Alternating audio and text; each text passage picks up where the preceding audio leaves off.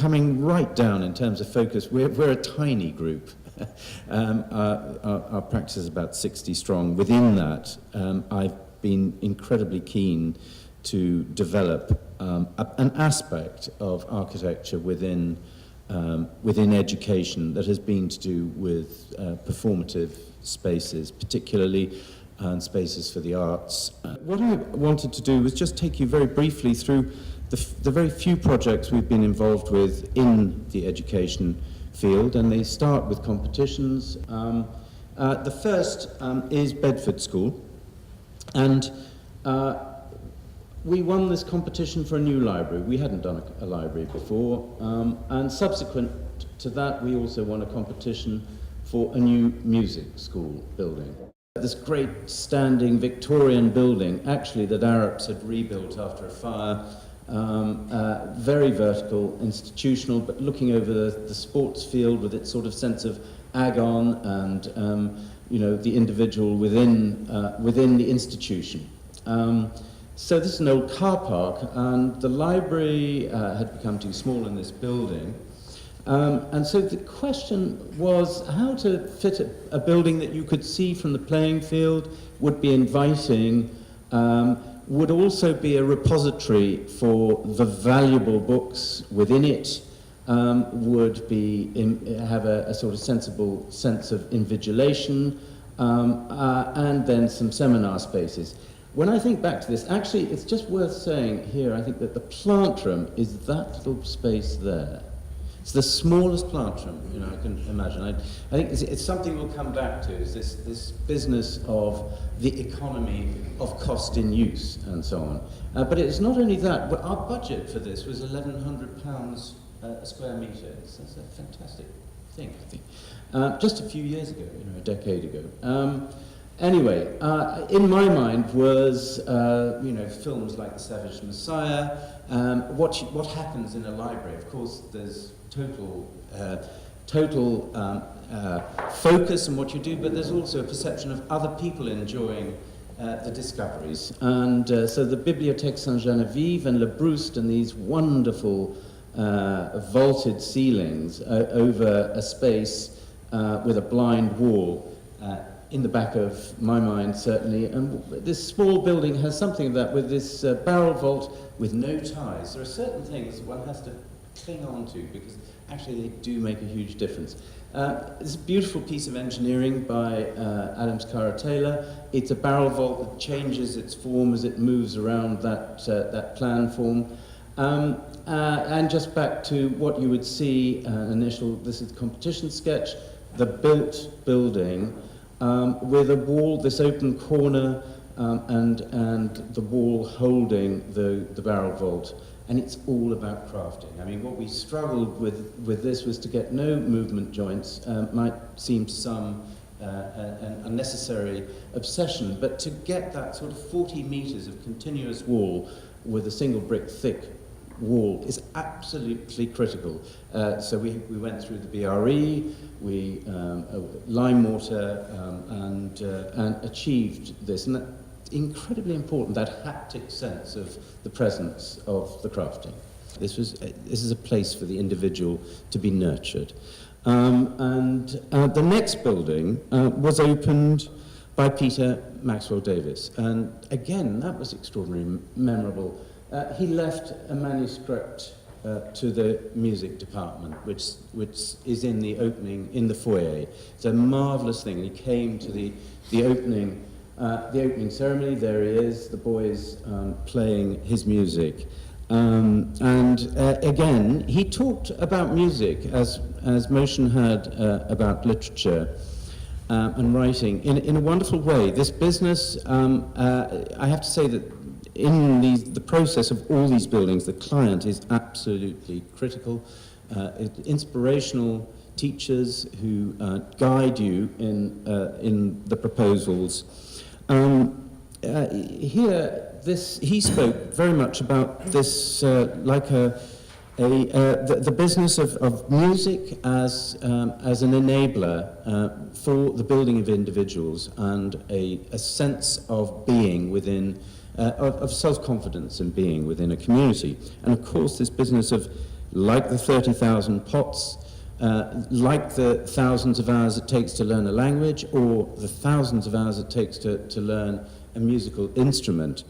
This process of practice, of teaching, of practice, and then coming together into a space to make music together is so compelling as an engendering force in community, and a belief in the way an individual can participate in that. So this building sits next to a very good arts and crafts chapel, no windows at the lower ground, and it's a sort of descent. So again, very economical in terms of building. It just sits into the landscape, comes down, looks over the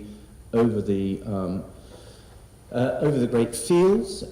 Here, of course, our inspiration in terms of volume was particularly Paul Guilleron, who you will hear from later from the acoustician's point of view, so volume and the importance of that.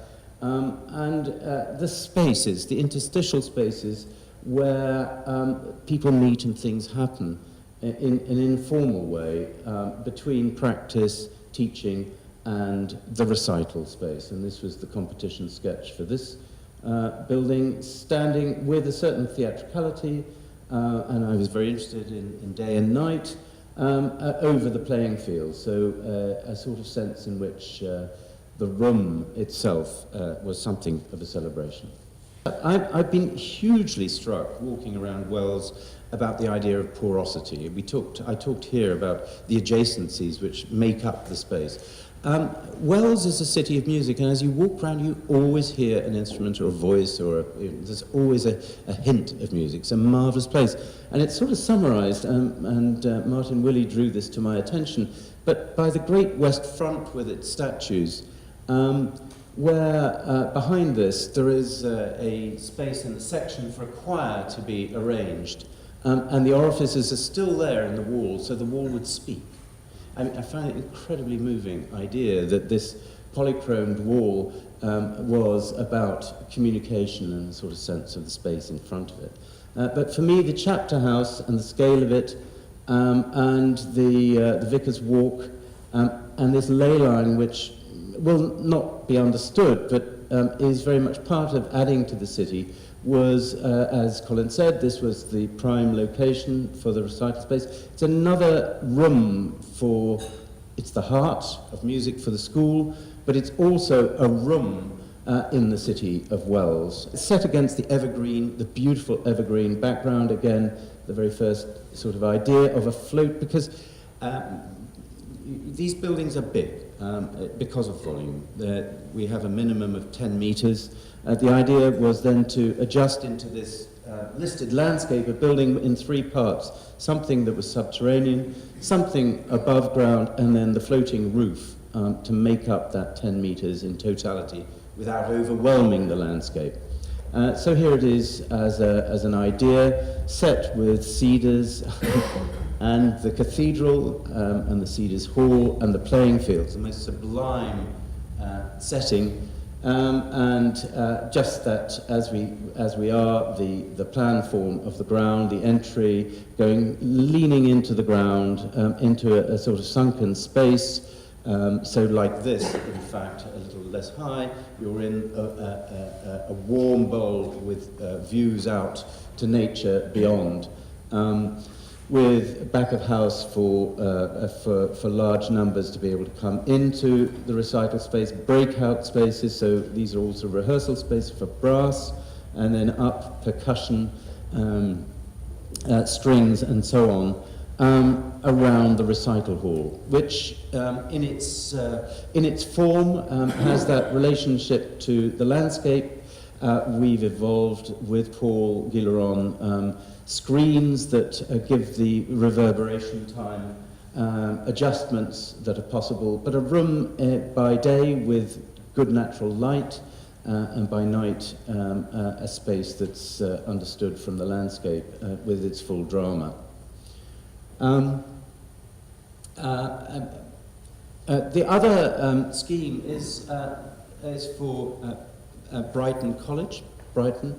And it's a bit about both. It's about performative spaces, but it's also about sorting out a little bit of a site plan, which is something we do, obviously. Here, we have a wonderful site, a Victorian site, again. And the cut and fill to create this playing field is astounding, as Paul will tell us in a little while. But what we have here is a view looking backwards into the Scott Range, which was here, which has a gable to the front and a gable to the back, and this implied access running all the way through. A terrific collection of arts and crafts architects, including Jackson, who created this front range of buildings. And at the back, this has been treated a bit like a backwater. I mean, it's an accumulation of squash courts, a dining room, some later flat-roofed buildings in here. A very good building by Tim Ronalds, Performance Arts Centre, science building of the 50s with a roof, all of which has conspired to clutter the back of the Scott building and the implied access. So our job in working with the school and its ambition to create a centre for performance at the school and a sort of creative hub, if you like, was to create, first of all, a music school with a recital hall, this full school with practice rooms under and so on, and then a little theatre building. The introverted nature of the theatre building sits on one side of the music building, but the access is brought up. There's a very nice sectional difference between the court to the front of this building and the playing fields of one level.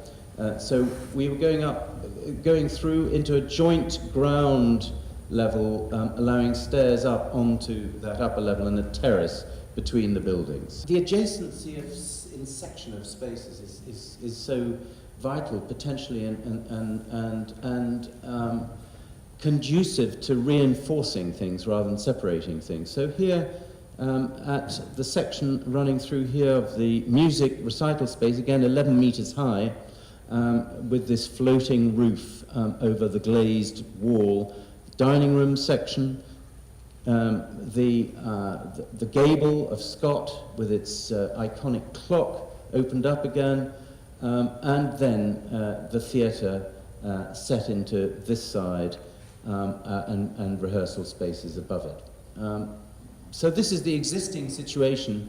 You can just see the gable there, and there's a boiler flue through there. There's the science building that's crashed across this, the squash courts, and a roof that's subsequently been put on to this. And what we intend to put there with this due to start this summer, the recital space with a floating roof, no ties, in fibrous plaster, and then the revealed gable and the theatre building with its balcony overlooking the great pitches. So in